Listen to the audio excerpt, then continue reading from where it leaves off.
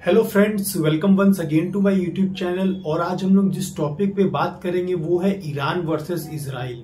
ये तो हम सभी को पता है कि ईरान और इजराइल आपस में एक दूसरे को ड्रोन अटैक्स से और मिसाइल से एक दूसरे पे हमला कर रहे हैं। ये 13 जून को लगभग स्टार्ट हुआ था और ये भी हो रहा है कि ईरान जो है वो ब्लैकमेल कर रहा है कि मैं स्ट्रेट ऑफ हॉर्मुज को जो है उसको ब्लॉक कर दूंगा और उसकी वजह से जो है क्रूड का प्राइस ऑल ओवर वर्ल्ड में बढ़ जाएगा। तो ऐसा क्यों हो रहा है और ये समझना जरूरी है कि ऐसा क्या रीजन है कि ईरान और इजराइल में इस टाइप का दुश्मनी है। जब मैं ईरान और इजराइल का बात करता हूं, यानी कि ईरान के फ्रेंड्स भी है साथ में, जो कि ईरान हमास को यूज करते हैं जो कि गाजा में है, हिजबुल्लाह को यूज करते हैं जो कि लेबनान में है, और हुतीज को यूज करते हैं जो कि यमन में है, और इजराइल। तो इसका अगर हम लोग हिस्ट्री जाने तो जैसे इंडिया और पाकिस्तान का अगर आपको हिस्ट्री जानना है तो आपको इंडिपेंडेंस में जाना पड़ता है 1947 में। तभी आप जानते हैं कि इंडिया और पाकिस्तान उस समय डिवाइड हुआ था बेस्ड ऑन रिलीजन, और उसकी वजह से इंडिया और पाकिस्तान में इतना डिस्टर्बेंसेस है। तो सेम अगर हम लोग ईरान और इजराइल का हिस्ट्री जानना चाहते हैं तो हमें वर्ल्ड वार 1 की तरफ जाना पड़ेगा।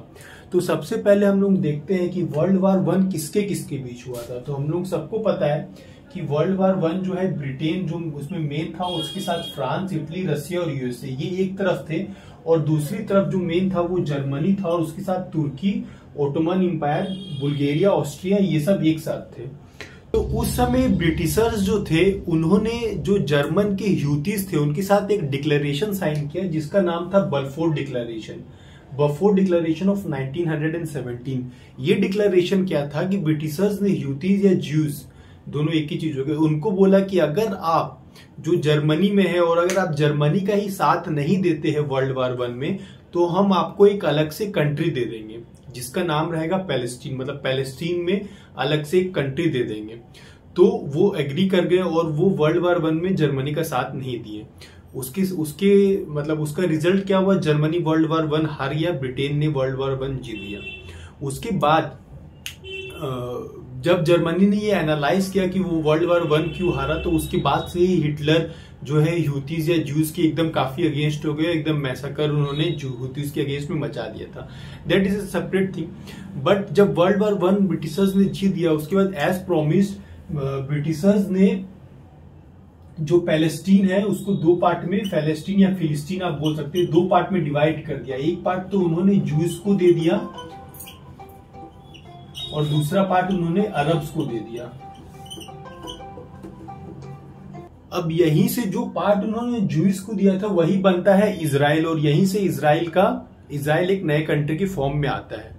उसके बाद क्या हुआ? 1948 में जब यूएन असेंबली हुआ तो उसमें एक वोट डाला गया कि कितने लोग जो है इजराइल को मान्यता देते हैं। तो काफी कंट्रीज ने इसको एक्सेप्ट किया कि वो इजराइल को मान्यता देते हैं, लेकिन जितने भी मुस्लिम डोमिनेटेड कंट्रीज थे, जो भी अरब्स थे, उन्होंने किसी ने मान्यता नहीं दिया। उन्होंने बोला कि हम ये नहीं मानते हैं कि इजराइल एक कंट्री है। और उस समय ईरान में जो लीडर थे पावर में, उनका नाम था मोहम्मद मोसादेक। तो उन्होंने भी इसके अगेंस्ट में वोट किया था और ये नहीं माना था कि इजराइल जो है एक अलग से कंट्री है। लेकिन उसके कुछ साल बाद, लगभग 5 साल बाद, 1953 में ईरान में जो है तख्ता पलट होता है, नए लीडर आते हैं जिनका नाम रहता है मोहम्मद शाह रेजा पहलवी, और जो कि बहुत ही यूनाइटेड नेशंस ने ही, ऐसा बोला जाता है कि यूनाइटेड नेशंस ने ही इनका सपोर्ट किया था, तभी वो लीडर बने थे। तो वो प्रो अमेरिकन थे। उसके बाद उन्होंने ईरान में काफी वेस्टर्न कल्चर लाया, और उसके बाद से ही ईरान और आपका इजराइल काफी अच्छे दोस्त हो गए। मतलब जो ईरान था वो अपने जो ऑयल के रिसोर्सेज थे वो इजराइल को देता था, और इजराइल जो है अपना वेपन्स ईरान को देता था। वो काफी दिनों तक अच्छे घनिष्ठ मित्र रहे अंटिल 1979, जबकि जो 2 लीडर थे, रुहुल्लाह खोमेनी और आयतुल्ला खामेनेई, ये 2 लीडर से ये उभरते हैं और ये अपने कंट्री के लोगों को बताते हैं कि जो अमेरिकन है ये इनकी कंट्री की रिसोर्सेज को यूज कर रहे हैं, और इनकी जो कंट्री का जो ओरिजिनल कल्चर है वो ये वेस्टर्न कल्चर नहीं है, बल्कि बुरखा वाला कल्चर है। तो वो वहां के जो कंट्री में आंतरिक युद्ध छिड़ जाता है, और उस वजह से क्या है, मोहम्मद शाह रेजा पहलवी को कंट्री छोड़ के जाना पड़ता है। और ये जो 2 लीडर्स थे, खोमेनी और खामेनेई, ये जो 2 लीडर्स है ये ईरान को संभाल लेते हैं। उसके बाद से फिर ईरान और फिर इजराइल के बीच में फिर से जंग छिड़ता है और वहीं से फिर से स्टार्ट होता है ईरान और इजराइल का वार। तो अभी आप मेरे को इसमें बताइए कि इसमें कल्प्रिट कौन है। जैसे जो ब्रिटेन है जिन्होंने इनकी कंट्री को बांटा था पैलेस्टीन को ज्यूज और अरब्स में, क्या वो है कल्प्रिट, या फिर यूएस है जिन्होंने मोहम्मद मोसादेक को हटा के मोहम्मद रेजा पहलवी को लाया था जो कि ईरान में फिर से वेस्टर्न कल्चर ला रहे थे, या फिर ये दो लीडर्स है खोमेनाई और खामेनाई जो अपने वापस पुराने कल्चर में गए और उसकी वजह से फिर वो अमेरिका से उनका तकरार हो गया और उसी की वजह से इजराइल से भी फिर उनका तकरार हो गया। तो इस वीडियो के लिए बस इतना ही रखते हैं। आप इस वीडियो को एनालाइज करके कमेंट सेक्शन में लिखिएगा कि आपको क्या लगता है कि ये जंग को कैसे डीएस्केलेट किया जा सकता है।